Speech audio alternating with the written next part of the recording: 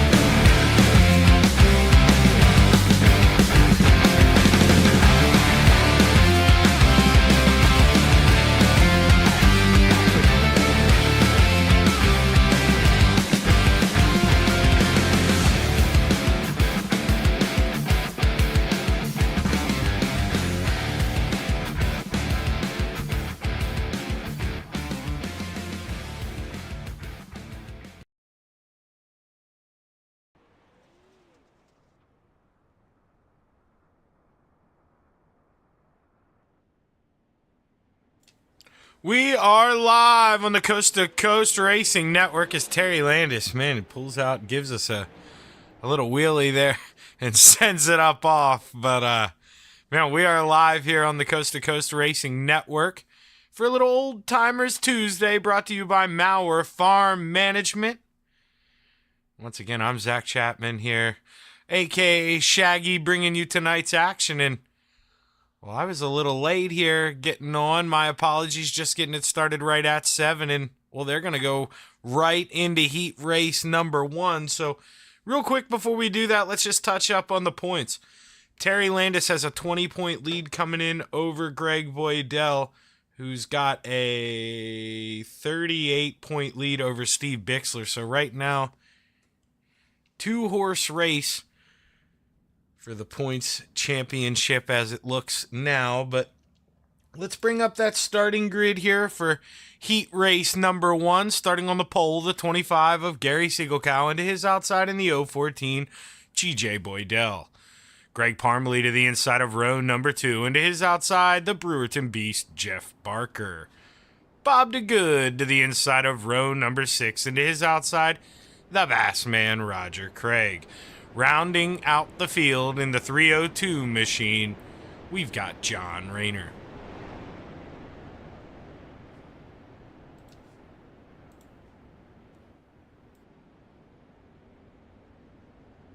is ready to kick off the night here on the Coast to Coast Racing League with a good one. Lernerville's one of those tracks, no outside wall to save you. So you got to be smart. You got to behave as we roll through 3 and 4. The green flag is high. It's ready to fly. We're underway. Good jump there for Greg Parmalee. Greg Boydell looked like he maybe got a little jump. He had to lift, and well, he goes from second to last just like that. And Greg Parmalee right up on that top shelf trying to prevail.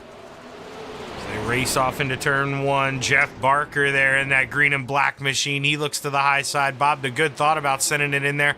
Just no room to park it for now. Didn't want to mess up his buddy in that 513. And right behind him, the Bass Man. He's got the hook set. Oh, no, he goes up and around. And that's one of the first guys off here this evening. Going to be the first of many, I'd imagine, at Lernerville. Like I say, no wall there to catch in. The Brewerton Beast, he made the pass there through 3 and 4. He's your new leader. And as he goes down the backstretch and rolls through 3 and 4, we're going to have 2 to go at the line. Jeff Barker in that 513, always quick, found his way out front. Now his buddy in that 7, Bob the Good, turned the heat up. He throws a slider for P2. Greg Parmalee just hits, either hit the brakes or completely let out of the throttle and just decided to race for another day. As GJ Boydell, we saw him drop to the back early on, able to race his way back on up to 4th. But as we come out of turn 4 for the final time, the Brewerton Beast takes the checkered flags in heat race number 1, followed by Bob the Good, Greg Parmalee, GJ Boydell, John Rayner, Gary Sigelkow, and Roger Craig.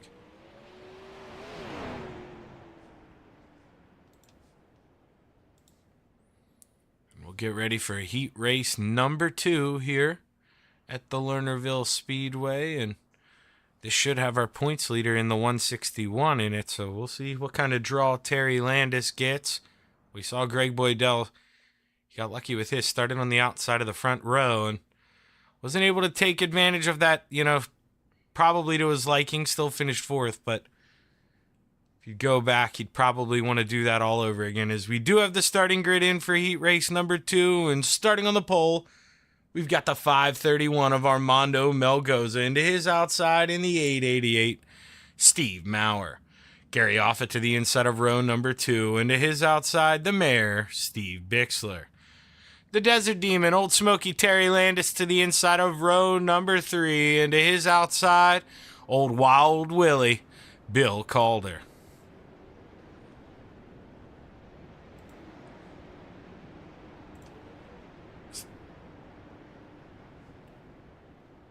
What is going on? Let's see if we can refresh SDK here. We see that does not look right. Let's see if we can refresh that. Maybe get it to look a little better. There we go. Not sure why it double stacked like that, but hey, we got it back in time, and the Steve King Foundation pace car is going to be off and coming out of 4 this time. The 531 of Armando Melgoza is set to bring us to the green flag for heat race number 1, and we're underway. Ooh, right away, Steve Bixler going up singing on the top shelf, but gets a little sideways, not going to be able to take advantage of that momentum that he otherwise would have had. And he's got the guys in front of him, running that middle basement. So, Steve, if he can get that thing humming, get it singing. Oh, Armando goes around a little bit. He gets into maybe Gary Offutt, but Gary able to prevail, move on up to P1 for now. And the battle is on at Lernerville. Can the Mayor get around the 94 of Gary Offutt? Well, now he's got to deal with Steve Maurer. Steve Maurer, the guy with Maurer Farm Management, partly responsible for this sponsor here, turning up the heat, and Terry Landis trying to find a way around him in the bottom. We roll through 3 and 4, this time by 2 to go, and the Mayor goes over the top shelf. Add another one to the list here is Steve Maurer secures second place here pretty firmly. Can Terry Landis run him down as we go through 3 and 4? White flag in the air, final time around. Terry Landis reels in the 888 of Steve Maurer, but going through 3 and 4, Gary Offutt sees the checkered flag waving, and he's going to take home heat race number 2, followed by Steve Maurer and Terry Landis. Your last cars running. Steve Bixler, Armando Melgoza, and Bill Calder round out the field. And with that, we'll take a quick break here on the Coast to Coast Racing Network, and we'll be right back with tonight's first feature of the night here at the Lernerville Speedway. Stick around.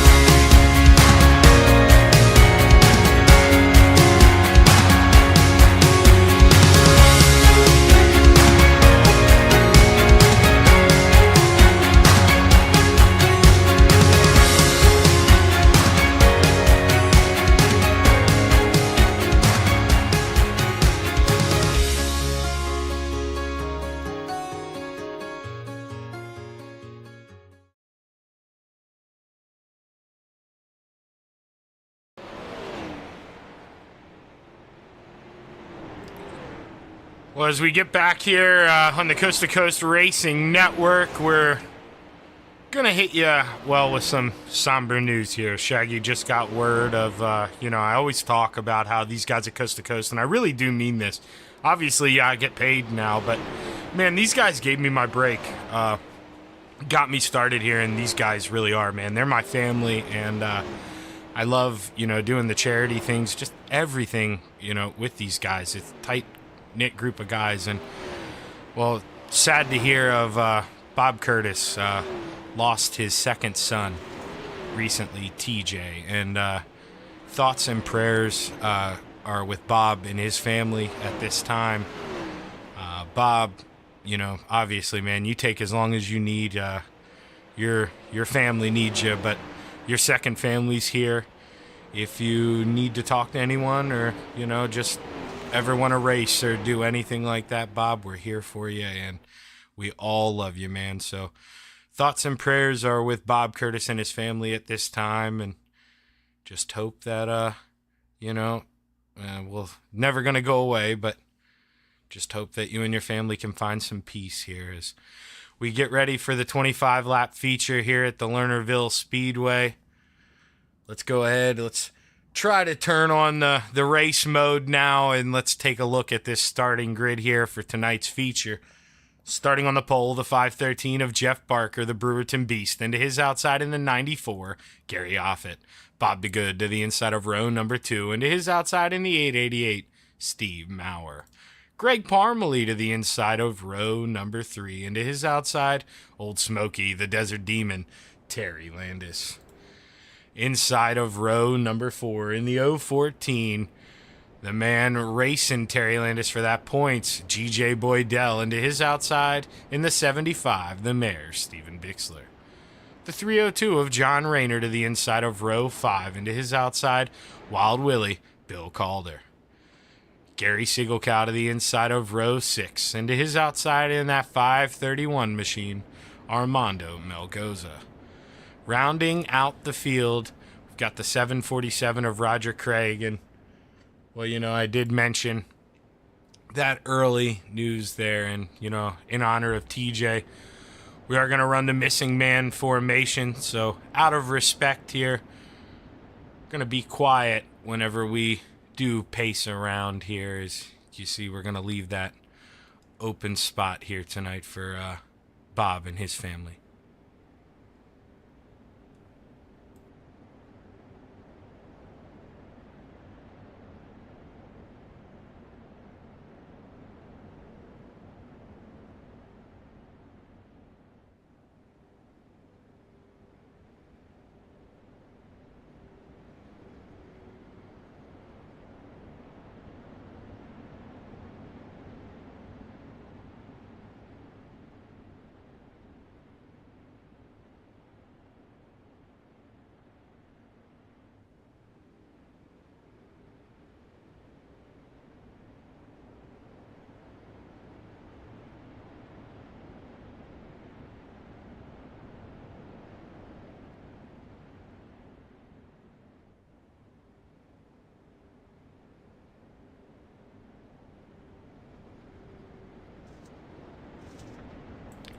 As Jeff pulls that wheelie for Bob and his family there. Nice tribute to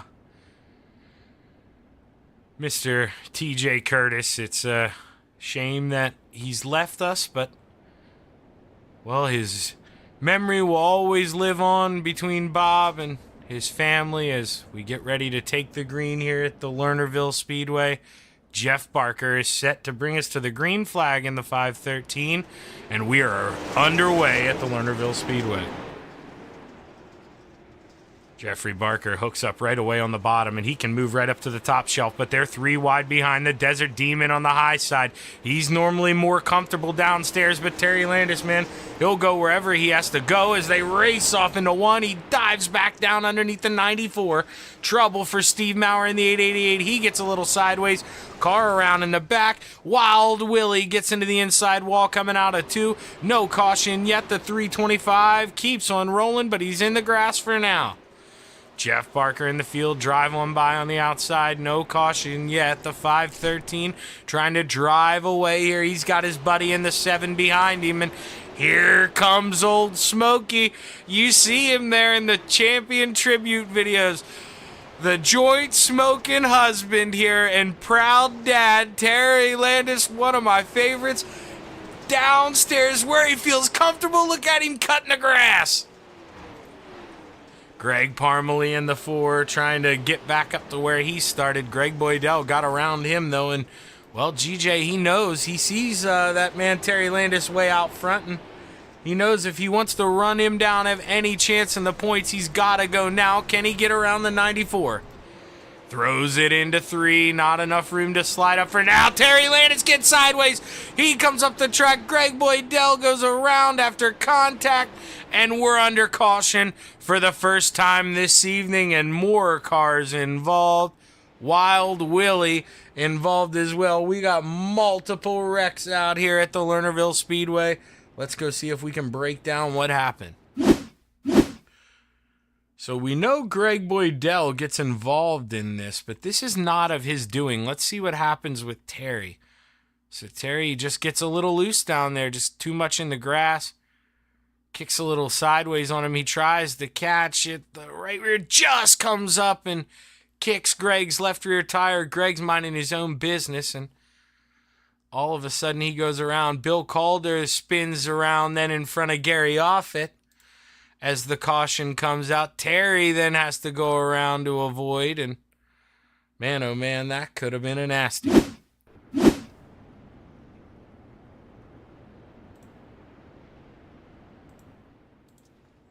As Jeff Barker still leads the way here, Terry Landis trying to find his spot in line here. He's probably being told to go around the pace car.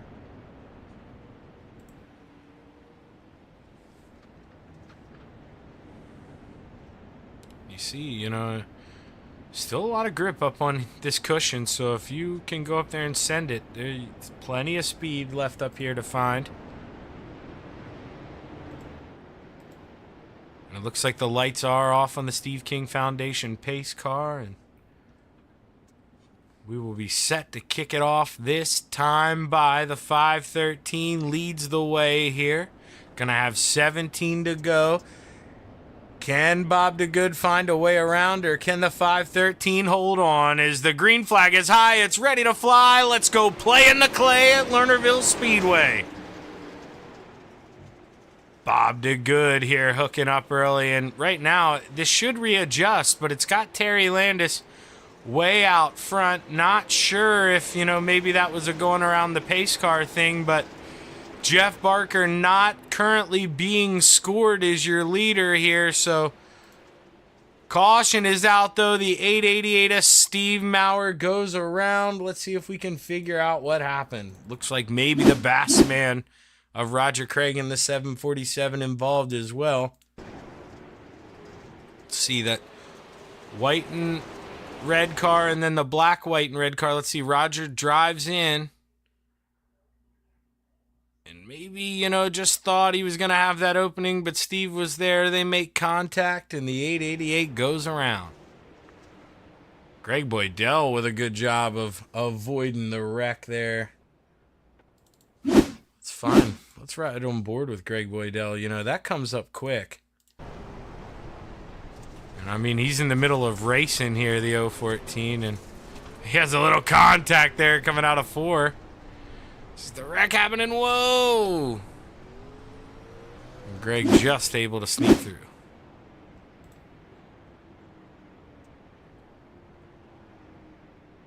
I'm not sure here. I believe they're having everyone, drive back around. I think Terry realized what was going on and dropped back to the back of the longest line there. Not too sure, though. As the lights are still on, we'll see if they click off this time by. They do, and the 513 of Jeffrey Barker will bring us back to the green flag one more time. And, I say his friend, the 7 of Bob the Good, they sit in Discord together a lot, I see, and we'll have to see if Bob the Good can take advantage of that friendship here, maybe get a little restart countdown and try to go to work on his friend here. As the green flag is high, it's ready to fly. 15 laps to go at the Lernerville Speedway. Gary off at the first person to really send it in there, and man, he pays for it. Gets sideways coming off the corner, and somebody goes up and over. I believe that's John Rayner in the 302. It is able to come back on no problem, and we stay green for now. Battle on up front. Bob the Good was all over the back of the 513, coming out at 2. Lost a little bit of ground there, though, through 3 and 4 in the 513. Man, he looks to pull away as the mayor, Steve Bixler, high and hungry on the outside. And we're under caution again at the Lernerville Speedway for the 3rd time this evening. Let's see if we can get a look here, as it might be Wild Willie involved here in the 325. Can't tell if this looks like it may be a lone spin here. I don't know. Now we got a car coming up behind. That wouldn't have been the caution. Oh, just goes up and over there, and got to think maybe the right front. It did look a little bent there, and maybe he didn't realize it, Bill Calder, but you just didn't get much yaw out of that thing entering the corner in the 325. And, well, we're back under caution once again here.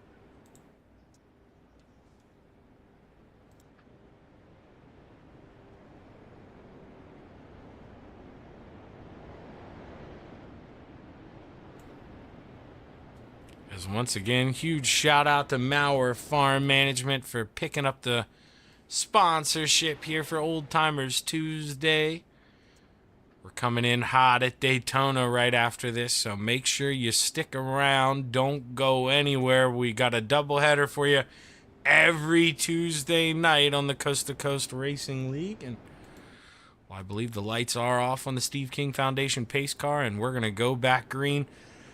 This time here is keep your eye on that 75 of the mayor, Steve Bixler. He's been on a mission. If he can get back to that high side, he looks comfortable up there. He's just got to keep it on the racetrack. And You know, don't want to be that jinx here, but with all these cautions, it really is that much harder to do. You want to stay in your rhythm. So as the green flag is high, it's ready to fly.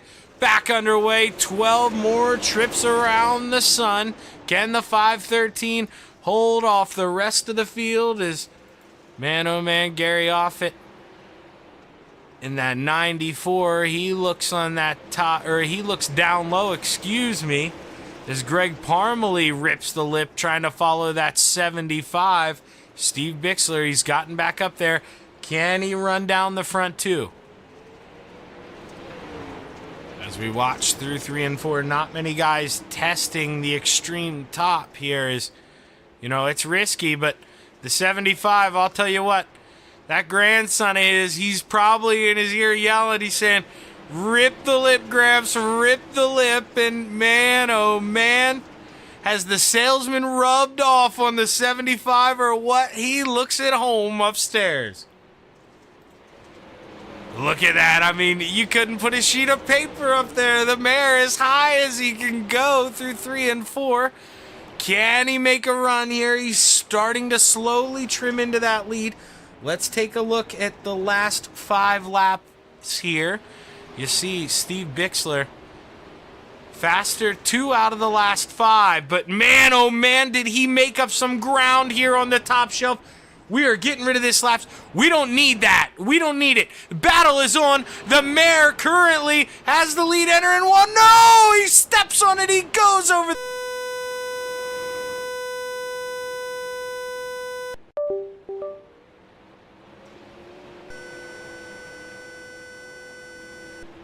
That is not what the mare wanted to happen. Is, man, you heard me yelling. My mic got too excited there. Cut out on me. My apologies. Steve Bixler just now getting back on the track. And Jeff Barker seems to have this one in the bag now. 4. Oh, commentators. Curse. Caution flag is out on the racetrack. Let's see if we can see what happened here. May have been, okay, I think he just didn't want to pull out in front of anyone. Yep, just coming to that stop up there. Caution's going to come out, and no harm, no foul. Gives us a chance to reset and really turn up the wick here. And now Gary Sigelkow in the 25. He finds himself up in P2, and man, not too sure how Gary got that. Gary on the move here under my radar. Let's go back. Let's see this pass. Yeah, so this isn't anywhere near. That's right before the yellow flag came. Trying to see. Yeah, I don't see him running up near Bob DeGood and those guys. I'm not sure how the 25 got up there. Okay, now he's maybe falling back down a little bit. Yeah, that one's a mystery to me here, but now no Steve Bixler. He's gonna be back on the lead lap, so he's got not a lot of time to go back to work here, but he'd love to improve. I mean, the mare. I mean, it's tough to even argue with this, but it looked like there at the end had the quickest race car, but just we've all done it. We've all been there, stepped on it a little bit, and well, now he's going to have to go back to the grindstone here as Jeff Barker in the 513 watches the pace car pull off. And he's going to have 3 laps to go here as he takes the green flag at the Lernerville Speedway. Can anyone run him down? If they do, or if they've got anything, man, oh man, they got to go now. Terry Landis, your current point leader, trying to get on that final step of the podium. But it's going to be a tough shot against that 94. Gary Offit is him in the 747. Make contact. Roger Craig on the inside. And here comes... Oh, wait. Greg Boydell actually a lap down. Not on the lead lap. So that's not for position as the 513 comes around. White flag in the air. Final time around. Jeff Barker so consistent in a sprint car. As he wiggles a little bit coming out of 2 on the final lap through the bottom in 3 and 4. Checkered flag in the air, and the Brewerton Beast holds on for his feature win here this evening at the Lernerville Speedway, followed by Bob DeGood, Gary Offit, Terry Landis, and Steve Maurer rounding out your top 5. Second win of the season here for the Brewerton Beast in the 513, and well, he knows where to go here when you win at Lernerville. You park on the hill, and we're going to give these guys a minute or two to catch their breath, and we're going to go ahead and catch up with the top 3 here, and after these interviews, we'll take a short break, and we'll be right back with another race here at the Daytona International Speedway. So stick around, and like I say, we'll give these guys, they're still parking here. We'll let them hop up to the interview room, and we'll interview your top 3.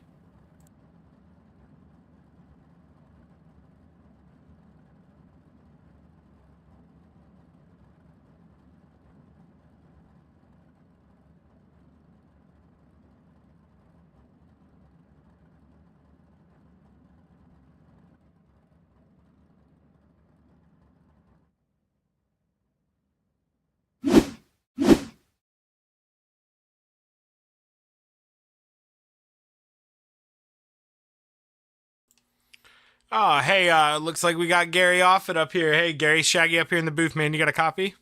Hey, Shaggy. Oh, I'm doing great. Yes, got a copy. Well, man, able to get that podium here once again, and you had your work cut out for you, man. It's hard racing against Terry Landis. Just talk to us about, having to play defense and just trying different lines out.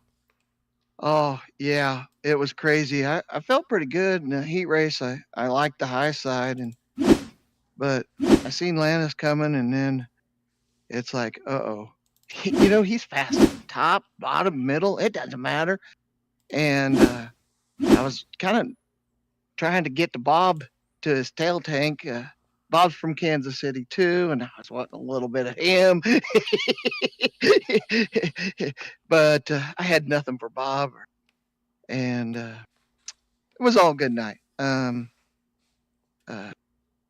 I was just sorry to hear about the sad news that Roger was talking about, and I can't remember the guy's name, but our thoughts and TJ. prayers, Greg, huh? TJ. EJ? Yeah, Yes, TJ, yep. TJ, and our thoughts, Greg and I were just like, oh man, that's his second son. Oh, just sad. I just feel for him, and our thoughts and prayers are to the family, and it's just it's hard on everybody. So, but yeah, we'll still keep him in our prayers, and like I said, I just found out about it for the race, so I'll have to send a private email. Also like to thank Malheur Farms for putting on this, and Shaggy, I'd like to thank you guys for broadcasting it. So, and Roger and CNC or C2C for all the great programs that they have and the way they offer everything to us. So, I'm going to cut it short tonight, but want to tell everybody thank you. Yeah, no, man, for sure. Tonight's it's about that 012 and his family. It's not the same without Yes. Bob here. And Bob, like he said, man, and I tried to relay earlier, man, one big happy family here, and you need absolutely anything, we're all here for you. So great run, Exactly. Gary. And right, man, thank you. you're one of the best guys we have, and your interview goes out there and shows it. So great run, Gary. Looking forward to a lot more of these this season, my man. Yep. All right. Check you later. Have a good night. And now we're going to bring up the guy who finished P2 here, Bob DeGood. Hey, man, Bob, Shaggy up here. You got a copy? Yeah, I got you, Shaggy. How you doing? Pretty good, man. It seemed like about, I want to say, 2 or 3 restarts from the end, you got right up on the back of Jeff, man. And coming out of 2, it looked like you were going to have something for him. Did you know it looked like, you were quick, but it was just tough to hit the marks out there on the bottom especially. Well, it was tough to hit the marks, and Jeff's a good driver. He doesn't miss the line very much. So I was just trying to be ready for any opportunities should they arise. Well, sitting there P2, you did just that, and I mean, talk to us about how, just give, the fans out there a little, when you keep going back, to caution, having to restart. I mean, how hard is it really to restart on the outside of the leader? I mean, you're at bay for them, so it's tough to get that perfect jump. Well, particularly at this track, because you're coming out of turn 4, you're starting in a slick spot, and it's just hard to get any forward bite, and that puts you vulnerable to whoever's in P3. And so I was really working on trying to get a good start. I didn't really expect I was going to get ahead of Jeff, of course, because he was on the pole. But yeah, he was fast. Yeah, man, it seems like anytime you put Jeff in a wing, he's quick. But I'll tell you what, Bob, man, you've been the talk of the league. I see those qualifying efforts you put down on Monday night. You're discovering these wings pretty quick here too, dude. And you're becoming a fixture on this podium here anytime we have a sprint car. So hell of a run here tonight, Bob. Congratulations, man. Who you want to thank? Well, I want to thank you, because sometimes I watch your broadcasts and I learn things from your comments that I didn't realize. So you're helping me more than you realize. I want to thank my teammate Jeff Barker, Coast to Coast Racing League, Roger for putting up with all the league nonsense. Amen. And, amen. That one deserves an amen. He puts up with a lot of nonsense from us, that's for sure. A lot of nonsense. And I also want to give a shout out to Bob Curtis. My heart's really hurting for him. He's lost a son, and that's a terrible thing. And I just want to tell him that I'm thinking about him. Well, I'll tell you what, Bob, not only you, everybody's thinking about him for sure. That's a tough time, and our hearts go out to that 0-1-2 and his family. But heck of a run here tonight, Bob, and look forward to a lot more of these this season, my man. Yeah, thanks, Shaggy. And now we're going to pull up the man of the hour here in this 513. Jeff Barker. Jeff, you did the hard part there in the heat race, and you started out front, and, man, you stayed out there. What was it like? Oh, the heat race, the heat race was wild the first couple laps. But yeah, the feature was just, I don't know, I just kept getting the good restarts, and that's all I needed really. I stayed in the sticky spot. No one else really ran the middle, and the middle stayed sticky the whole time. So I just got the run where it was nice and safe. Steve was pretty fast on the outside there, but that's what I was just about to touch on, but I mean, you said it yourself perfectly. You stayed where it was nice and safe. And I mean, I guess that was my question, but I guess you noticed him there. Did you saw him freight training there, but I mean, he only had you for what, 2 seconds? Yeah. I literally just said to Bob during the race, I'm like, well, I'm going to have to do something about that line. He goes, nope, you don't now. I'm like, uh-oh. Yeah. And Steve went over the top. Yeah, and when you're out front like that, you're able to play it safe. And Jeff, you did just that. Bring home your second feature win of the year. So congratulations, my dude. And, I don't know what your schedule's like here, but when they add those 2 drop weeks in, you're going to have to be pretty close. So not sure if you're going to plan on running for a points championship, but you're definitely in the talk. So great run, Jeff. Congratulations, man. Who you want to thank? Definitely got to thank Bauer Farm Management for putting this on, and Shaggy, that's you for I don't know why I say that every time, for providing video and stuff like that. And sometimes I do forget who I am, though, so I appreciate it. Yeah, and and definitely condolences out to the Curtis family and their time of loss. I didn't hear about that till this race. That's very sad. Yeah, no, 100%. We're thinking about Bob and his family, but Jeff, congratulations, man. Big win, and I'm looking forward to a lot more of these P1 interviews this season, my man. All right, thank you, sir. That's the Brewerton Beast, Jeff Barker, and with that, we're going to take a real quick break here on the Coast to Coast Racing Network. Stick around, and we're going to have some racing. I think we're in the truck this evening. I know it's at Daytona, but I believe we're in the truck. So stick around, and we got some super speedway racing coming next.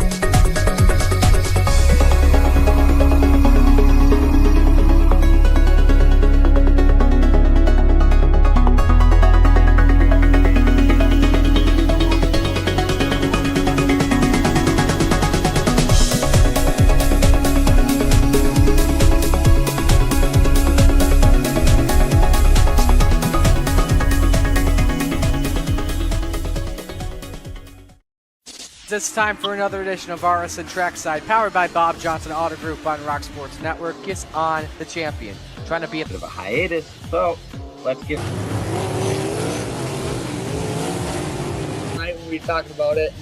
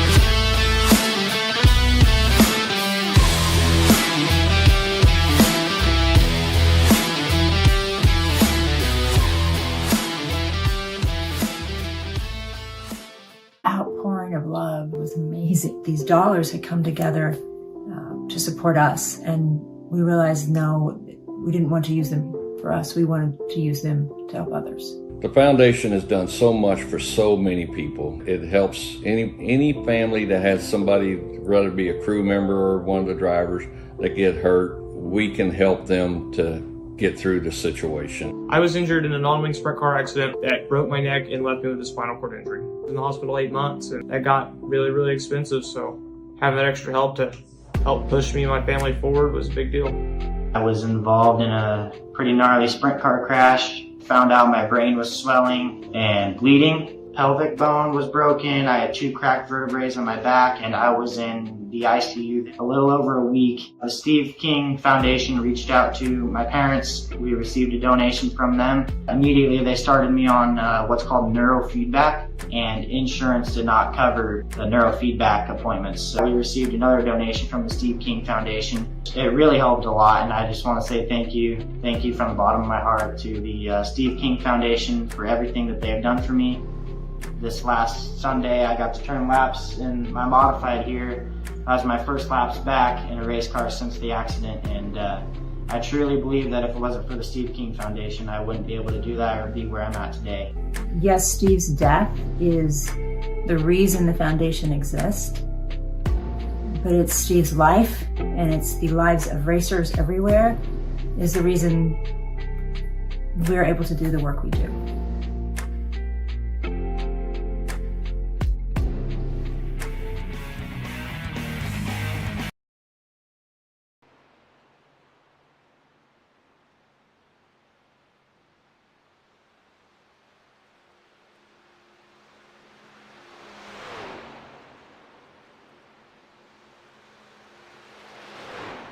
We are back live on the Coast to Coast Racing Network for part 2 of Old Timers Tuesday. We got the trucks here, the Craftsman Truck Series at Daytona International Speedway, and it's gonna be a good one here. We got 12 guys in the session right now. John Rayner and Ed Harris yet to put in times. That's why you don't see them yet. Excuse me, got the hiccups a little bit here. Let's see if we can find someone to follow around here. And currently at the top of the charts here in that 888, Steve Maurer. And then, well, you know the deal. As soon as I switch to a driver, they either A, get off the track, or B, session comes to a close. And looks like it's going to be the session coming to the close here, and we're going to roll into qualifying. Let's see who pulls out to take qualifying first here at Daytona. Looking like it's going to be Greg Parmalee or Tim Chapman right now. I'll show you guys what I mean. Oh, okay, never mind. You're going to get to watch them all. This happened once before, accidental group qualifying, and, well, you got to take advantage of this group qualifying. Then you got to draft with someone, work together here, and, well, this makes it interesting here. Let's watch. Let's see what the groups look like as we come across the start-finish line. We may have to wait for a second.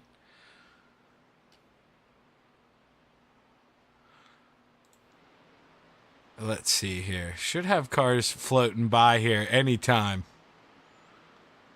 I would think. So here come Tim and Greg.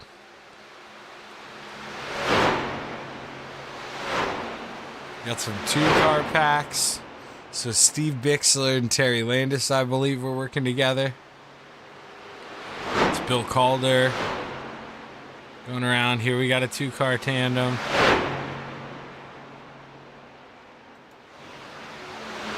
Let's follow Steve Bixler and Terry Landis right now.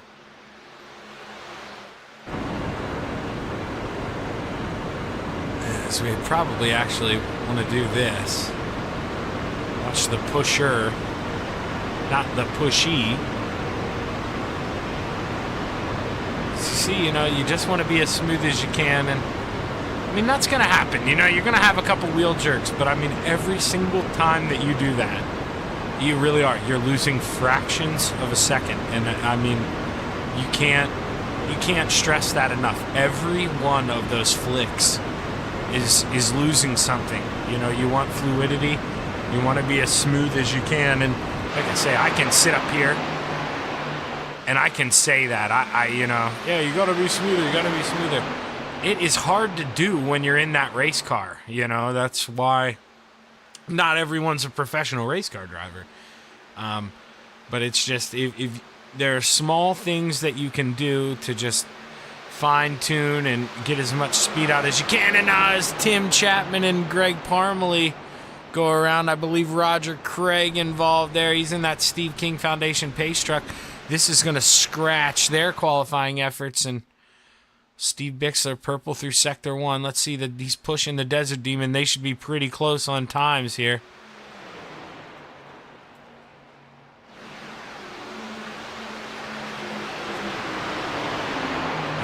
I hate doing this, but you guys can obviously hear the difference. The next time we roll around through this area, I am going to have to tune down a camera here. That one's just a little too loud.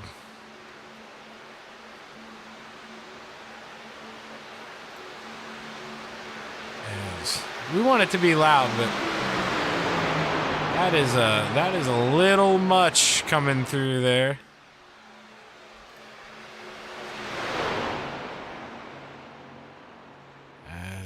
So like I say here, bear with me for just a second here, as we're going to turn this next camera down. I believe this was oh wow, yeah, that was up there. Man, you see that bar the whole way up top. That is not where we want that. That was definitely accidental. Or I bet you I turned them up for the Indy car that we had here a couple weeks ago. It's all coming back to me now, like Celine Dion. It was lost in the wind, but it's all coming back to me now as those four take themselves out here, and that's going to end their group qualifying effort. So we got Steve Maurer in that 888 leading the way, Gary Siegelkow behind him, Greg Parmalee, I believe.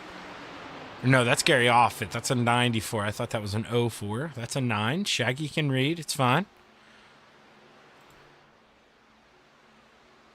As we come across the start-finish line, we'll see what that lap time looks like. Not terrible, but, they were probably looking for better here. Let's see. But I'm not sure if they're going to even try to go for another lap here, but those guys side drafting like that and doing all that, that's helping no one in qualifying. So We know we're not going to have a pole time up here. Let's see, Roger Craig. Who is he working with? Ed Harris in the 92. As they come out of turn 4 here. Come to that starter line, and we'll see what this looks like. Ed is improving off his best lap. Ed's going to move up to P6, and Roger Craig's going to move up to P4. So an improvement for those two, their final lap around. Steve Maurer comes on home. And the checkered flag's going to wave on the session here, and we're going to get ready for tonight's Maurer Farm Management main event here at Daytona International Speedway. 25 laps in the Craftsman Truck Series.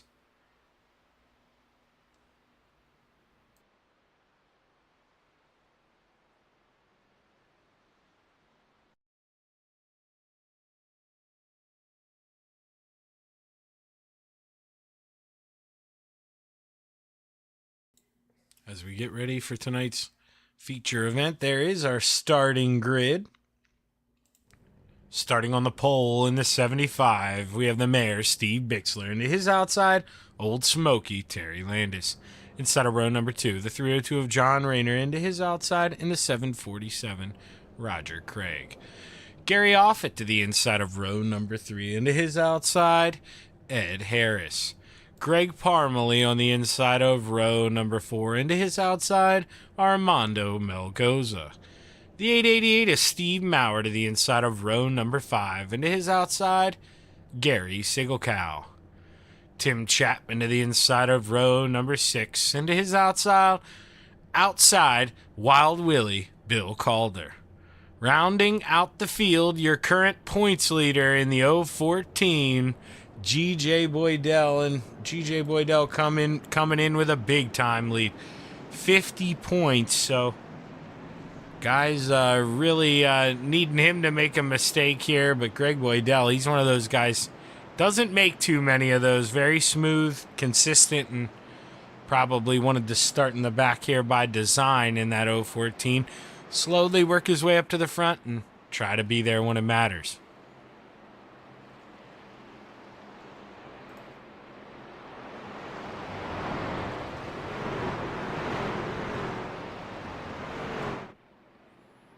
Cars will roll around here one final time. They'll come down the backstretch. The lights are off here. And as we roll around the front stretch, the Steve King Foundation pace car will pull off.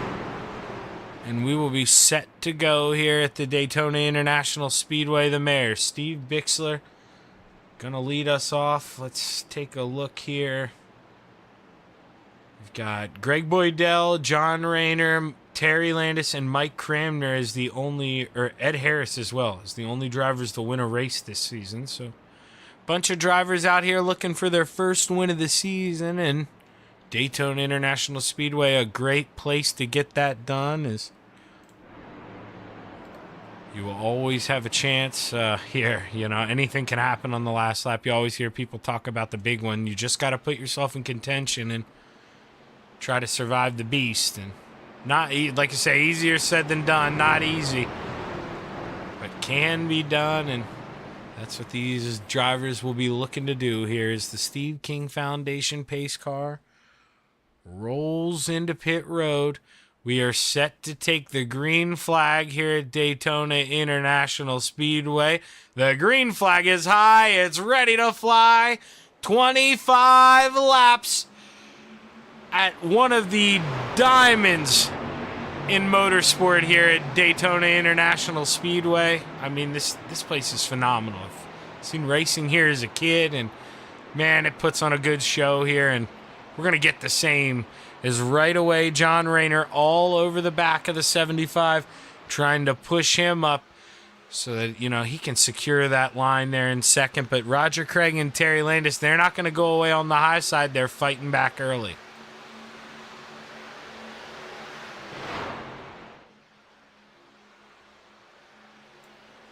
As they come through turns 3 and 4 here, too wide the whole way through the field.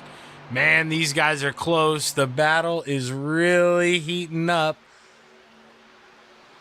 Let's see if we can find an aerial shot here. Let's go. That's terrible right now. Now it's a little better. It's the front stretch got in our way. Well, you just get to see the field 2 by 2 by 2. I mean, oh, almost contact there in the back. Believe that's Steve Maurer in the 888 floating up, almost getting into the side of Gary Sigelkow in the 25. But for now, they race on as Bill Calder. He seems to have lost the draft. Wild Willie, he's going to need someone to make a mistake. Steve Bixler holding on to the lead for now. The 302 of John Rayner. Oh, so close to getting into him in the corner. You can do it, but you got to hit him square. And with the 75 floating up a little bit, that's tough to do. So John Rayner, he's just got to be patient right now in that 302. The cars scream by that start-finish line. Good racing so far here. 2 laps underway, but man, drivers starting to get impatient out front. Oh, there we go. We saw it happening, and here it goes. The 37 can barely hold on, but Terry Landis involved. You see 2 cars sliding the rail backwards. And man, oh man, let's take a look at what brought out the caution here at Daytona.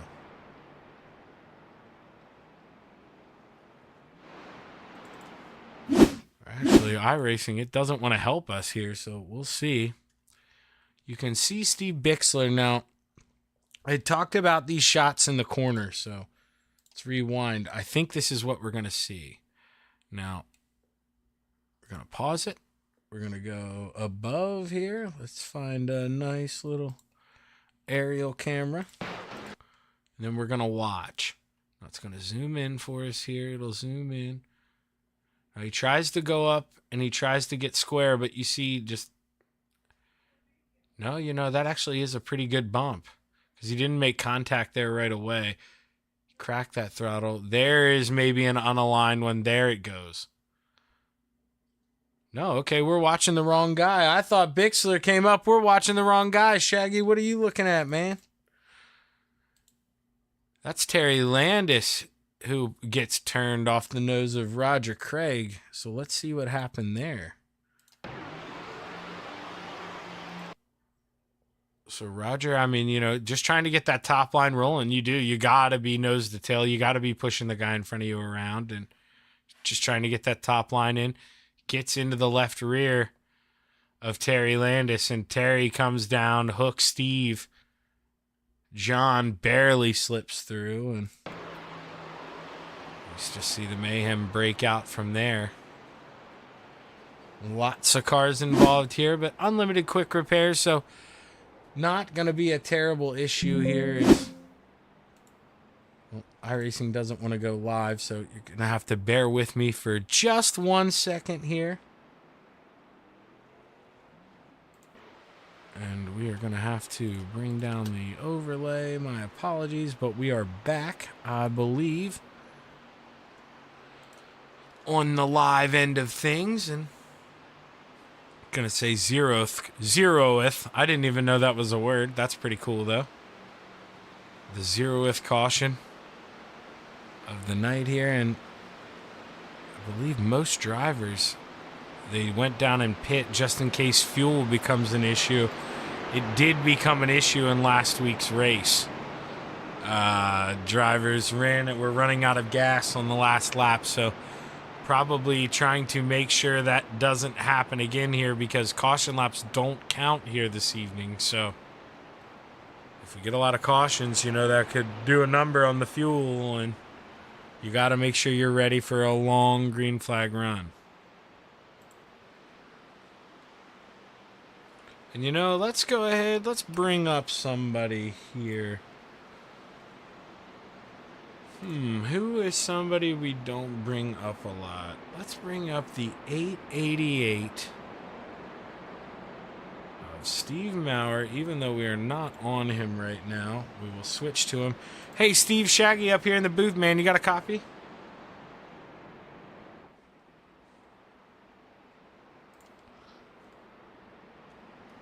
try again one more time here. Hey, Steve Shaggy up here, man. You got a copy?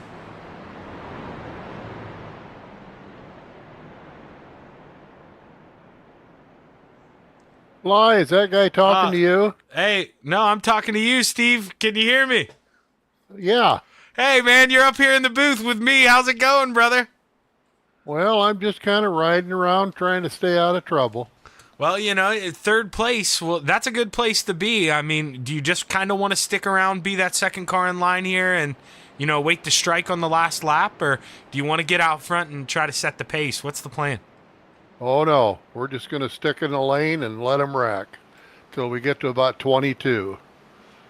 Well, hey, Steve, man, that sounds about right. 3 to go. That's when we see that. Want to see that 888 turn it on. So I'll let you go, man. I'll send you back, but give him hell, brother. All right. Thanks. And that's the 888 of Steve Maurer here, currently running in third place. And, you know, he shares that last name with a little sponsor that sponsors the Old Timers Tuesdays, Maurer Farm Management. So huge shout out to those boys. Wouldn't have this awesome broadcast and all the stuff that we do here in the Coast to Coast Racing League without the wonderful sponsors that we have who, you know, really do love racing and love it so much so that, you know, they're willing to get into it virtually. And I mean, this is, you know, not speaking for everyone here, but, you know, there are people with disabilities, whatnot, that aren't able to race in real life anymore. Or, you know, just financially just can't do it. And this is a way that they can still be around the sport and, you know, hang out with other people who have passion for the sport like they do. And it really creates that nice, tight-knit family here that we have in the Coast to Coast Racing League.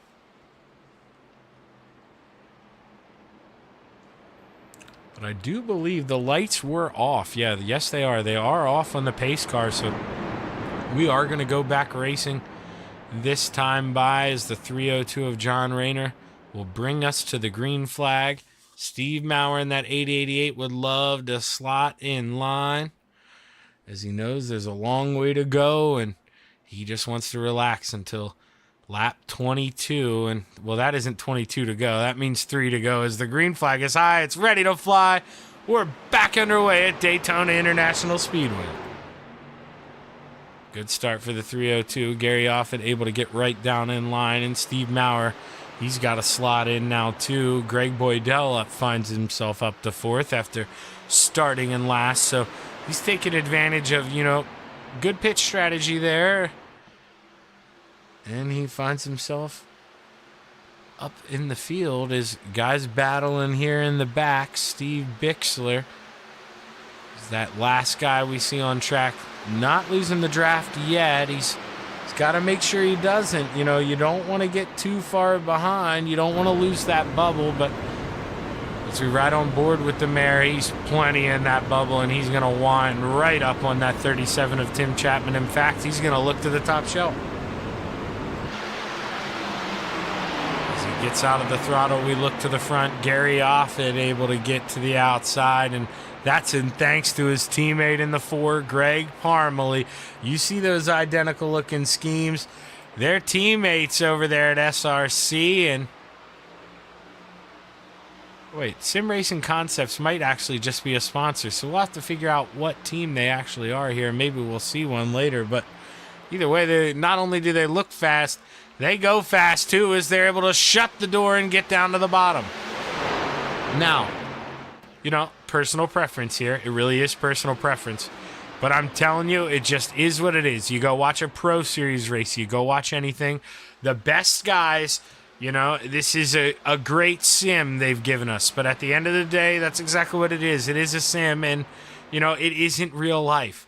If you've got two guys who work well together and you run that high side, not just two, you know, it's nice having that third behind you, but my point is, if you get the two guys out in front who can stay locked up, I do not like giving up that high side. That's where you want to be. And I know it's enticing to want to jump down when you have that gap to go down. But look, now they find Roger Craig in front of them in that high side. You know, when you drop down to the bottom, you're just encouraging that run, somebody to do, you know, what you just did. And I'm always a fan of, if you're quick up there, stay up there. And if you're the 4 and 94, if you can get back to the top shelf, you've got to try to do that, as the 37 of Tim Chapman gets a little squirrely, but he hangs on and able to stay in the throttle. That's important. They don't want to lose the draft. So Tim in that 37, he's got to put the hammer down and he's got to get in line.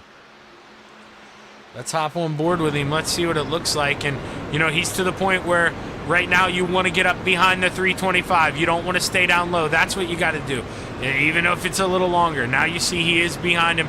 You got to stay here. You don't run the bottom in the corners. I know it's enticing. You think shorter way around. You got to stay in that air bubble. He's going to drop back down, and we're going to see. It looks like he is sucking him down for now, but it'd be a lot easier if he stayed behind that 325. He's making himself have to work as the 325 and Armando Melgoza get into it. Armando hard into the inside wall. He's going to have to try to get this thing in the pits. Tough break for the 531, but we do get a caution as there's another wreck in another part of the racetrack. The 32 and the 92 get together. Let's see if we can see what happened here. The 92 comes down, it looks like, and gets into the side of John Rayner in the 302. Let's see if we can get an aerial view of this, because it is tough when the camera angle, changes like that. It kind of swoops. So let's see if we can get a straight shot. I mean, here you can see the white car coming down, and yeah, I mean, there's a car there. So not too sure if, something happened previous or, maybe something's going on with the 92, but definitely not. John Rayner could not have seen that one come, and he's doing a good job of holding his line down in the basement.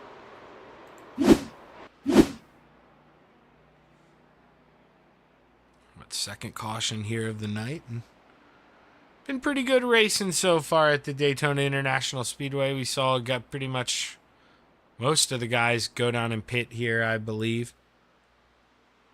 Early on, there was no reason not to. You just want to keep topping off. You don't want to run out of fuel.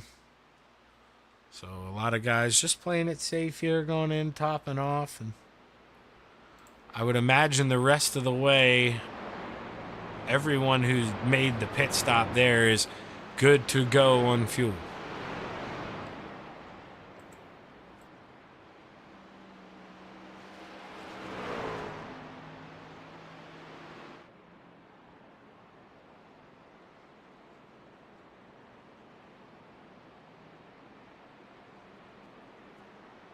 My apologies, forgot to unmute myself. I'm doing a little shopping for a driver here. Let's see if we want to pull someone up here.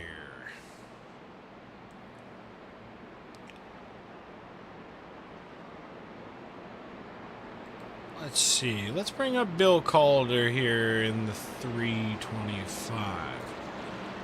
Finds himself in the top 10 at the moment. So, hey, Wild Willie, man. Shaggy up here. You got a copy? Yeah, I got you, Shaggy. Well, running around in the top 10 right now. How you feeling? What's it like out there? Oh, it's not bad at all. A little dicey sometimes, but it's doing well. Well, I mean, not that racing isn't on our mind tonight, Bill, but in the real life here, man, how are we feeling? I saw you got some good news within the past couple of weeks again. Yeah, my CT scan was clear. I'm still cancer-free. Well, that's awesome, Bill. And, as awesome as that is, we're selfishly, it's awesomer that you're back on the racetrack with us. We love having you, Bill. And, man, you're a spirit around this league, so you're not allowed to go anywhere for a long time. Well, I'll tell you, I'm so happy to be back out. Well, Bill, it's an honor to have you back, man. Go out there and what do you say you get a win here tonight? I'm trying like hell, Shaggy. All right, man. We're rooting for you. Thank you, sir. And that's Bill Calder there in the 325. I had to let him deliver the news, but, since everything going on in Bill's life, try to follow that. How cool. Still cancer-free, and, what a BS disease, man. Everybody knows someone who has been affected by cancer or lost their life. So it's super cool to, to have somebody on our team winning this damn thing here finally. And, Bill, we all got your back, and we're all rooting for you, my man.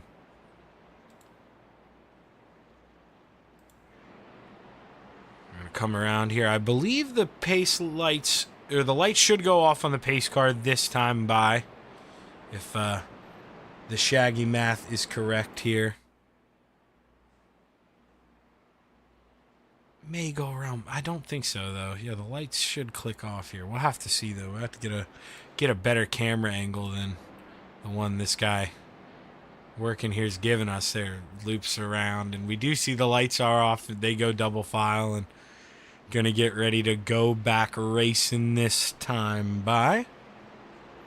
Roger Craig finds himself back in the front on the outside row, and Gary Offit's got his teammate right behind him in the 4, Greg Parmalee. So we saw last time Roger Craig and Terry Landis worked together, they got to the front, but it was opposite. Roger was behind Terry and gave him that shot in the left rear to bring out an early caution. So now the roles are reversed, and Terry Landis has to see what he can do in that Yoo-hoo machine. See if he can't push the Bassman to the front in that 747.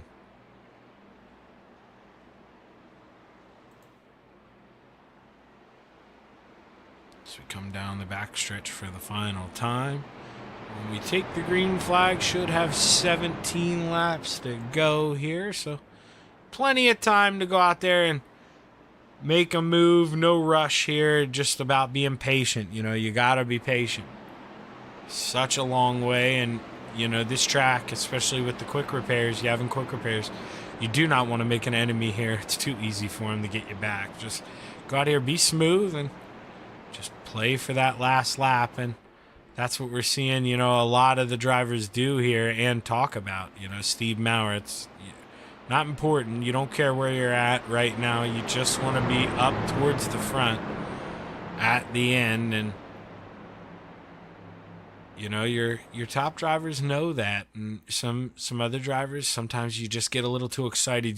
Deep down it's not important, but you can see the front, and you just maybe got to take that deep breath and shake it off here. But the green flag is high. It's ready to fly. The 94 of Gary Offit leads us back to the green flag, and he's got a mirror full of his teammate, Greg Parmalee. Slow start here in the middle. They broke up a little bit, and this is where, if you're back here, Ed Harris, Tim Chapman territory, you got to line up. You got to be smart. And, well, Tim, he may have gotten stuck in a bad spot. Tim Chapman, 1.2 seconds off of Ed Harris. He is going to lose this draft, and, man, that's a tough break for the 37. But the race is on up front. Roger Craig, he's got the outside rolling, and the chocolate water man in that 161, had a head of steam pushing him, maybe left a little bit too much of a cushion through the corner, and the inside starting to come back with a little bit of a run, but it's going to be the 747 at the line. Ooh, not too sure who that was. Ed Harris maybe blinking a little bit, so not something you want to see if you're around him, but back, we talked about Tim and Bill. They lost this draft, man. They're in the win, so they're at bay of these guys. If it goes green, their chances are certainly over. Gary Offit looks back to the inside here as the inside mounts the charge. You see Roger and Terry, maybe they got me on, maybe they're listening to me, but you stay up high, and it's just so tough for that bottom to come back. I mean, you can do it, but, there's no other way for me to really say it, muff the kids' ears, but you got to kind of be an a-hole if you want to make that bottom work. You got to go up there. You got to pull side draft. Got to make that guy feel uncomfortable in the top, and we saw it. Didn't pull the side draft, but those guys got uncomfortable. They got squirrely on the top. They got away from that wall, and here they come back with a big run again on the top shelf, but that's the way you got to interfere that. You just got to bust up their line. You got to make them scared, and you got to make them dance. And Well, they scared him into going back down to the bottom, and I don't know if that's the move right now for the Bassman in the 161, because here come Gary Sigelkow and Greg Boydell on the top shelf, and we know that 25, he can be aggressive, and when he's ready to go, he's ready to go. So if you're that 014, hold on. We're going to ride on board with Gary Sigelkow.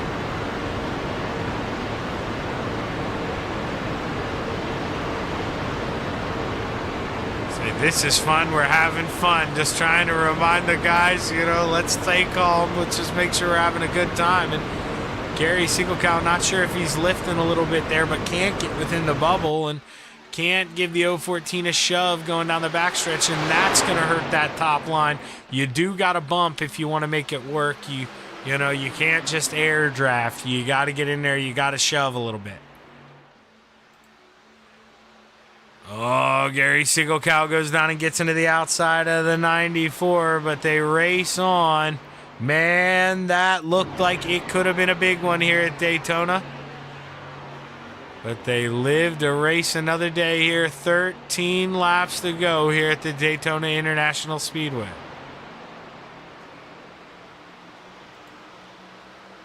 Roger Craig trying to hold off two dogs behind him, and I'll tell you what, the pack's going to come screaming here in a second. They're going to get that draft. Here comes Gary Sigelkow, and I'm going to just tell you, I would be shocked if Gary Sigelkow doesn't make this 3 wide. He's coming with a big run. Now we'll have to see.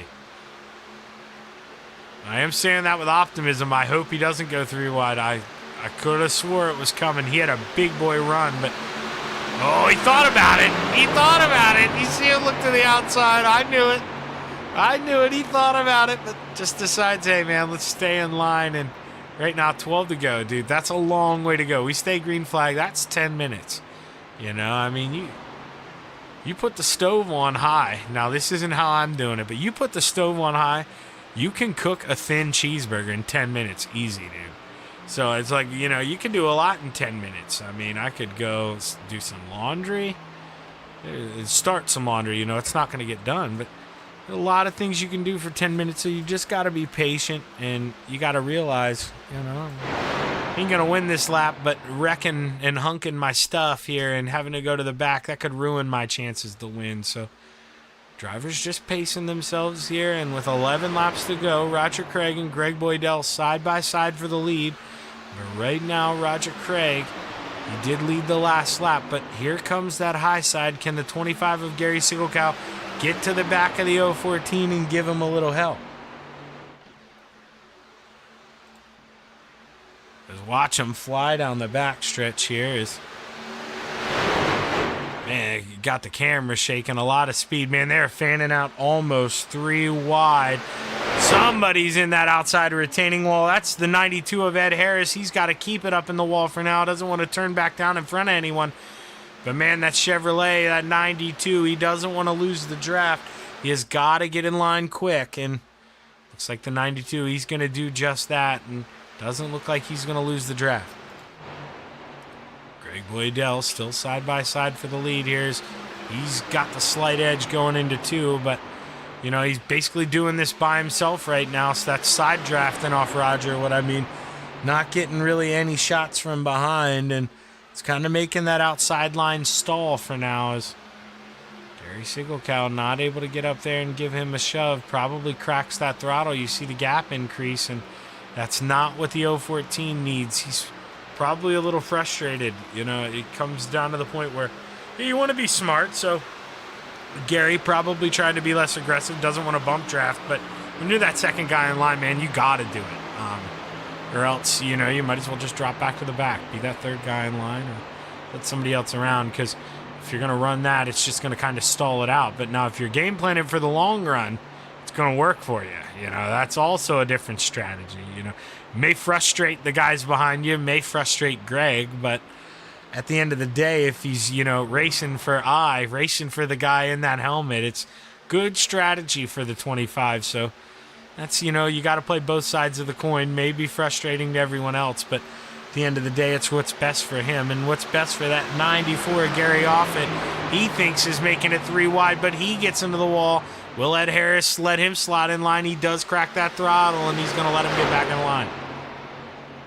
Ed blinking a little bit there, but no harm, no foul.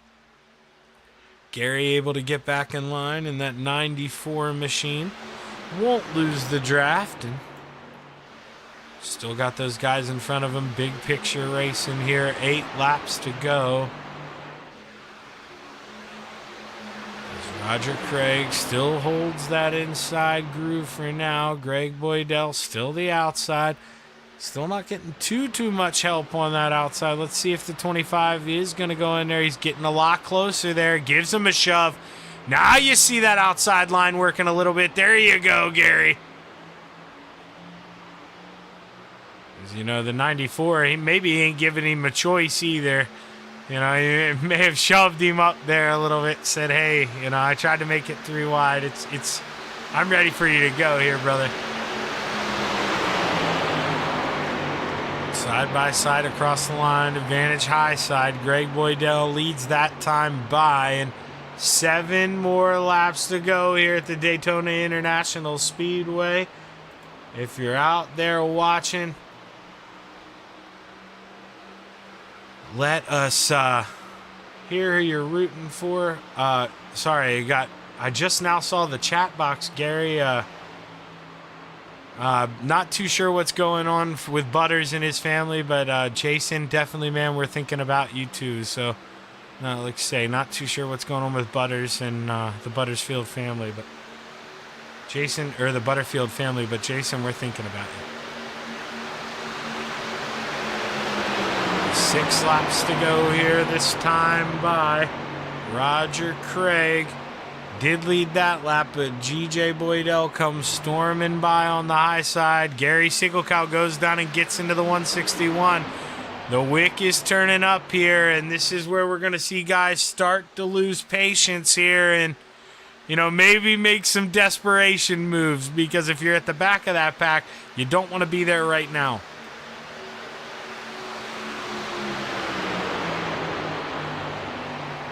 Roger Craig floats up, trying to suck a little side draft off that 25. Almost gets into the side of him, but brings it back a big run on the inside. That's how you work that side draft. And now coming to the line, it looks like it's still going to be Greg Boydell here with 5 to go. But Roger Craig, he's like that little brother, man, who won't go away. Contact between the guys up front, and big wreck here. We are going to have 5, maybe 6 cars involved at the Daytona International Speedway. Roger Craig and Greg Boydell get into each other. I believe that may have been how it kicked off. Let's see here. We're going to go to an aerial. Try to get a little better view of it. So Roger right now, let's see. He's staying pretty close to that yellow line. Let's watch him in relevance to that yellow line. All right. He comes up a little bit, not a lot. Goes right back down. He's right back down next to that yellow line. Gary Sigelkow bumps Greg Boydell in the right rear, pinches him down. Greg tries to come up then and, you know, probably, I mean, it's not on purpose. You know, you're trying to gather the car, tries to take that top line back, and at the same time, Roger's coming back up, and you can see, I mean, Ed Harris involved. 94 of Gary Offit involved. Steve Bixler comes in there and gets collected. Steve Maurer gets collected. And a lot of guys involved in this one. But that's the break that Tim Chapman and Bill Calder needed, as they're able to work their way back up towards the front here. And the Desert Demon Terry Landis finds himself out front here with 5 to go, or we'll have 4 to go when we take the green flags.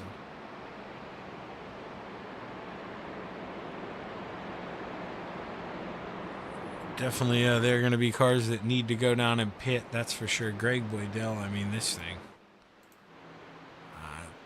looks like it's pointed towards the wall. If we could get a camera shot of it. It's tough to manipulate the cameras while they're going live, but yeah, that thing is wonky. We'll get to, you see how it's pointed to the outside. At 014, he's going to have to take that thing down pit road here.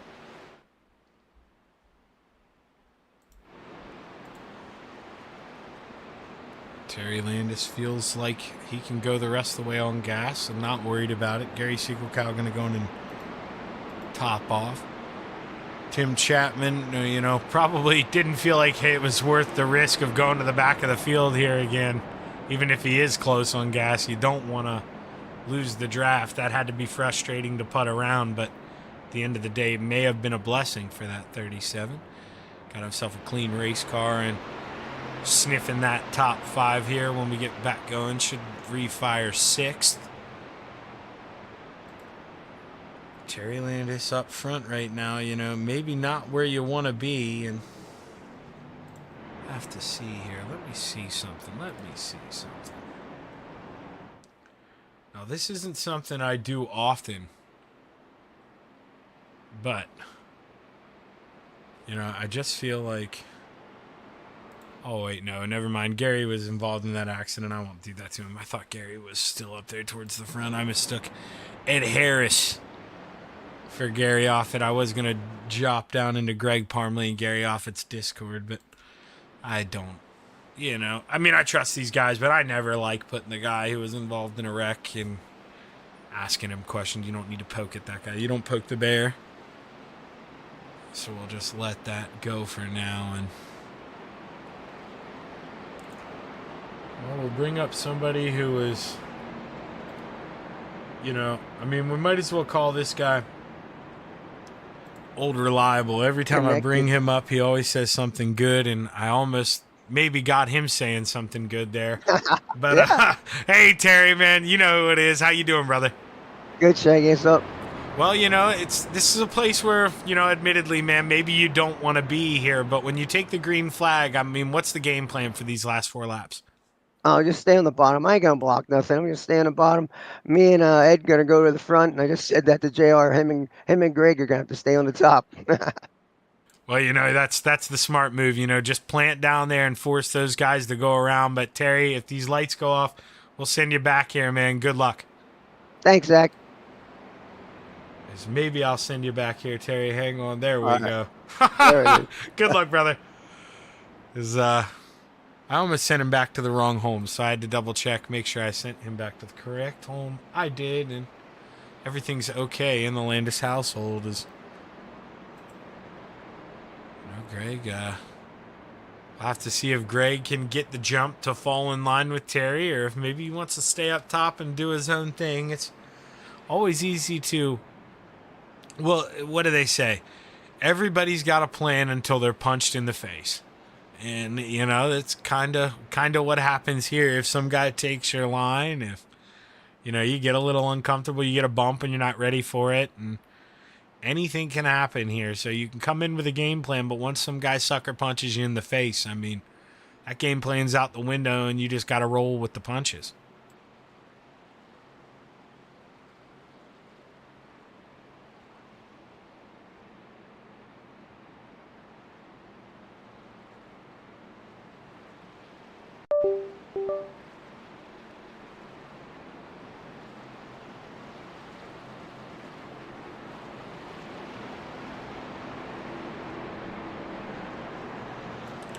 Terry Landis will have 4 more laps to go here around the Daytona International Speedway. And, well, you know, slight chance this isn't our last caution here, as, you know, guys might get a little feisty here in the closing laps. But definitely going to be fireworks at the Daytona International Speedway, and they could come before victory lane.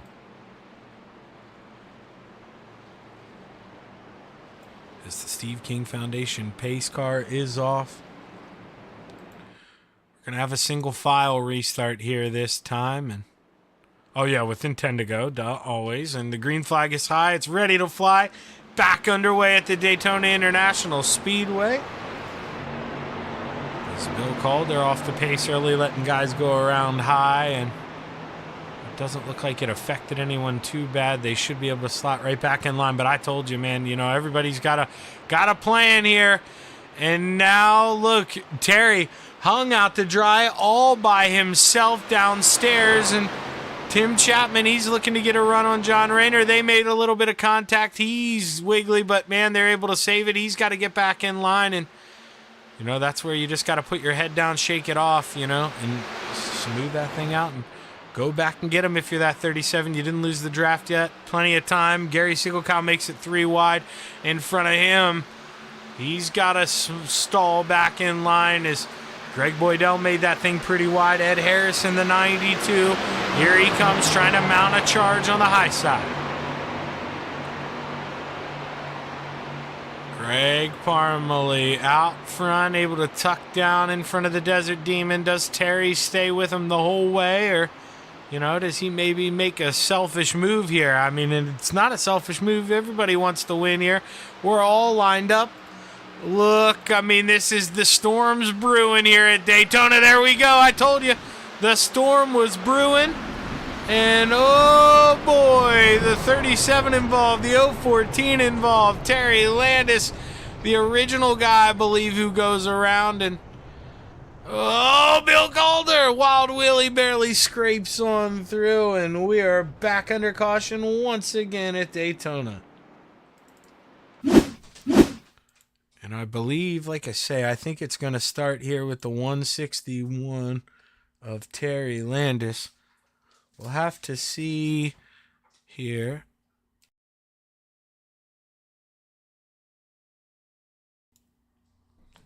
As the rewind doesn't want to work. There we go. So Gary Siegelkow threads the needle. Terry comes up a little bit, and I mean, you know, Gary Siegelkow's defense, you know, I mean, running out of time. If you're going to go 3 wide, now is the time to do it. And Terry does come up the track a little bit. Gary just trying to get aggressive and finds himself in the wrong place at the wrong time. And caution is out here at Daytona. See Roger Craig catching on up. Tim Chapman's got a lot of damage. He's going to have to go in and pit in that 37. Bill Calder, we saw he was able to scrape one through. Greg Boydell's got damage. Terry Landis with damage as well. This 75. He's trying to nurse it back on. Or he may have already pit. He's actually pulling back out. So have to see. Tim and those guys will pull in this time.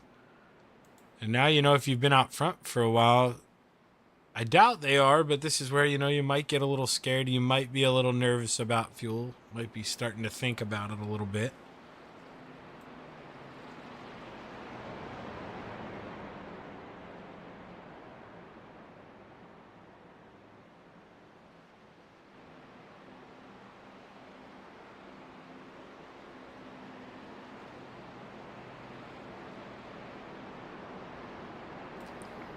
Greg Parmalee finds himself out front. Ed Harris behind him. Ed Harris has already won a race this season with us in the retreads. Only run 2 races here in the asphalt side, but like I say, has won. And I believe Greg Parmalee, yeah, he has not won yet this season. So 2 top 5s already, but this would be a first win for him.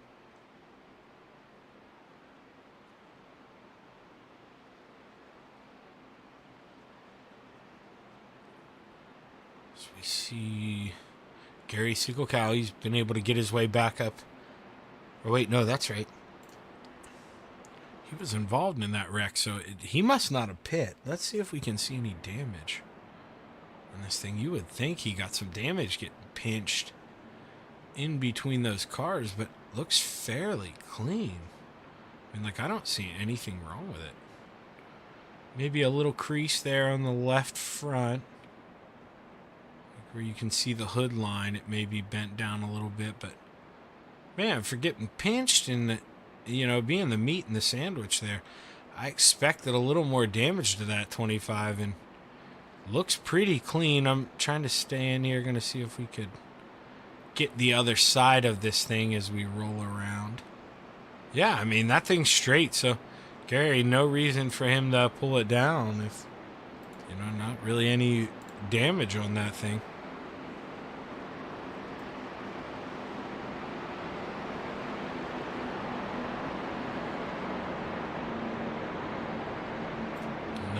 Greg, you had a friend in Terry Landis, it seemed like.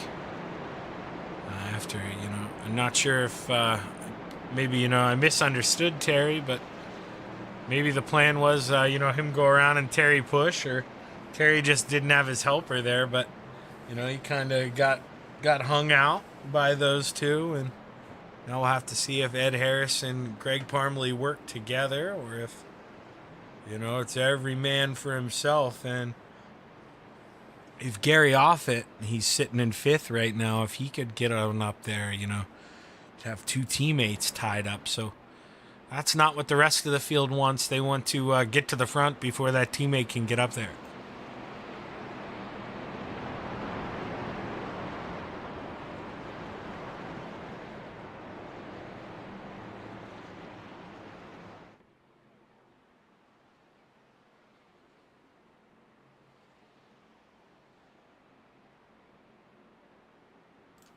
As we come back to the green flag here, it will be a natural green-white checkered attempt here. We'll have 2 laps to go, so if there is another caution, we will have at least one more attempt.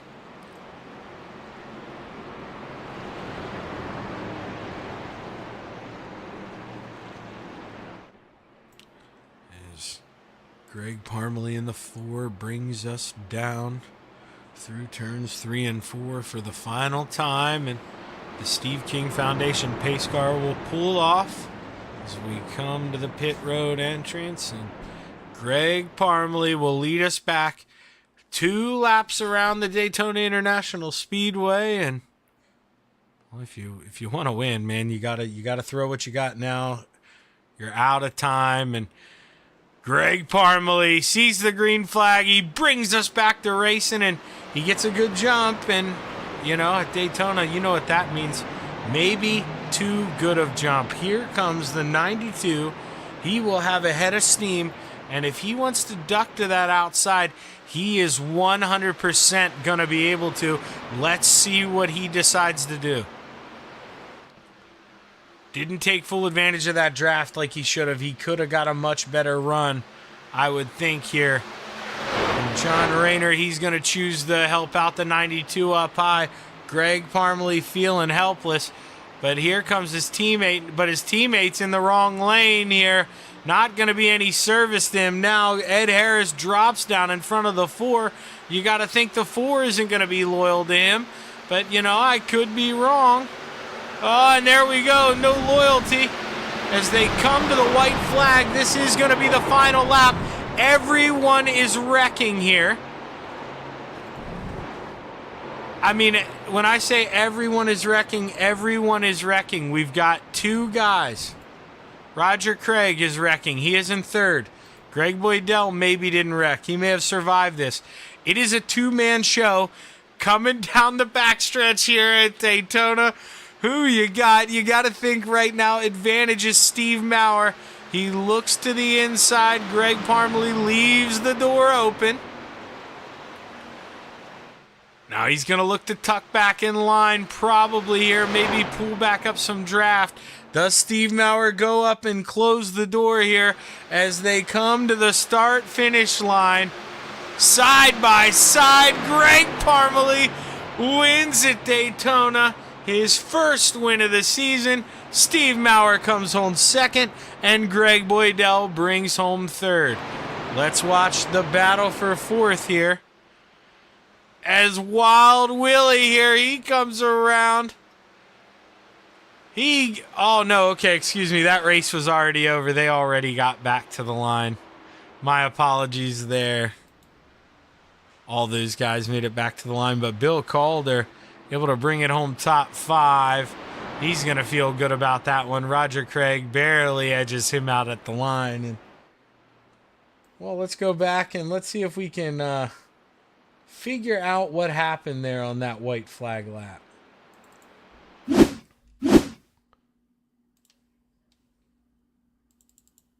As we'll see here. So a lot to break down. Now, I'm going to try to get us an aerial view here. So, man, looked like Ed kind of held his line. Maybe Maybe Greg comes up a little bit. That's a tough break for Ed. So Ed goes around. Greg comes back up after skating through the grass. He doesn't get into Gary. Gary, you know, kind of overreacts a little bit, comes up into John Rayner.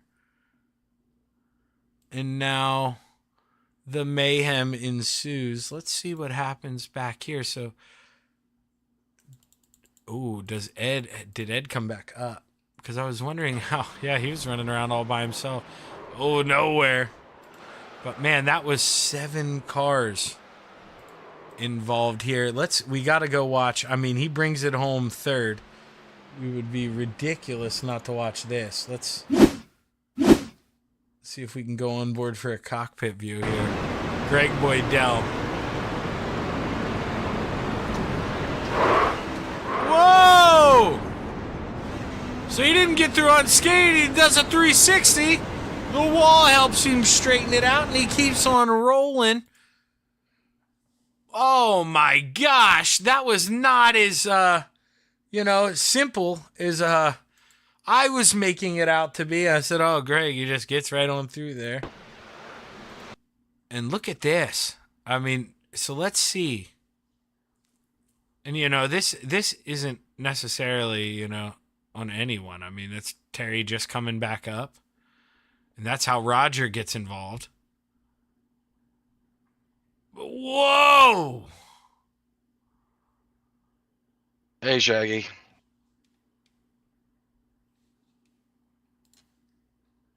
And, sorry, that was Greg there. I'll pull him up in just a second, but right now looking at that here, and man, oh man, Greg Boydell, dude. Way to hold on to that. I mean, that really is. Sorry, when Greg came up there, that threw me off. But, dude, able to do a 360. I mean, pounce that off the wall and to bring it home. That is that's not an easy thing to do. So Greg Boydell, gonna earn this P3 here, and now I think Greg made his way on up here. He did, and what that means is we're gonna pull up that 014 of Greg Boydell, and well, Greg. Up and down race, man, none of your doing. Any of the times just kind of caught out. And there at the end, coming to the white flag, dude, the action happens and you do a 360, bounce it off the wall and bring it home third, man. I mean, is that the wildest last lap you've ever had? Yeah. I did some training at Joey Chitwood Stunt School years ago, so came to fruition there. Yeah, man, no kidding. What was...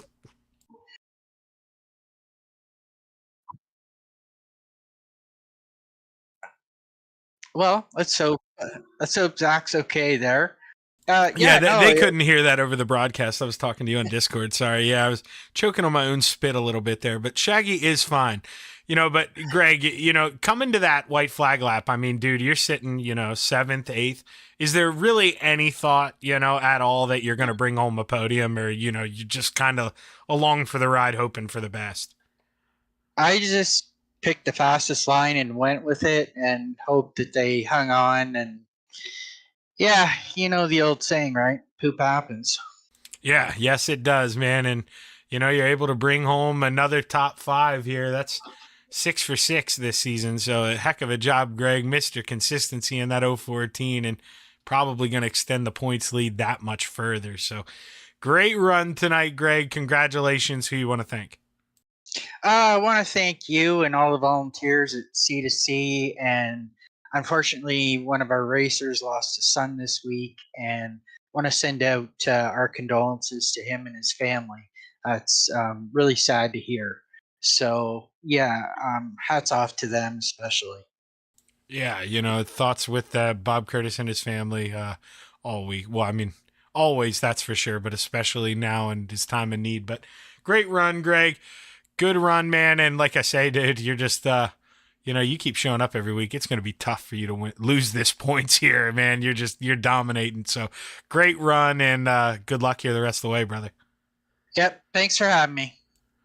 And now we're going to bring up the man who, well, we talked to him a little earlier, and, coming down the backstretch, maybe in the place he wanted to be, but Steve, not able to get it done tonight, man, but dude, so close you could taste it. Well, I screwed up. I should have waited and took him off the fourth turn, but I had a pretty good run, and I passed him too quick. That was a rookie mistake, and you live and learn. You know what I mean? Oh, no, 100%. I mean, we're watching it right now. You know, he almost kind of baits you into it. I mean, he slides up there going down the backstretch. He wants you to do it and able to suck that side draft and come back at you. But, you know, Steve, I mean, you got to look big picture here. When you're up here battling for the lead, coming to the checkered flag, you're doing something right, man. You got the wheels turning in the right direction. Well, the key is just trying to stay alive to get to that last lap to be able to do something. And I was really lucky tonight on dodging some wrecks. That last wreck, I hit somebody head on, but I hit him just square, and then whatever reason, iRacing did not damage my vehicle. So Merry Christmas to me. Yeah, you got to love the virtual racing world sometimes, and, you know, you got to take the gifts when you're giving them. And Steve, able to park that 888 in the middle step of the podium tonight. Big run for you, man. Congratulations. Who you want to thank? Well, I'd like to thank Roger Craig and Bill Calder for all the work they do behind the scenes to keep this thing going. And I got the Salty Dogs, and of course the Salty Dog sympathy goes out to Bob Curtis. He had a real tragedy here, and kind of a heavy heart on that tonight. And I'd also like to thank Steve's Custom Clubs, of course, my #1 sponsor and backer and head pitman. Well, hey, congratulations, Steve. Great run tonight, man, and looking forward to a lot more of these, my man. All right. Thanks, Shaggy.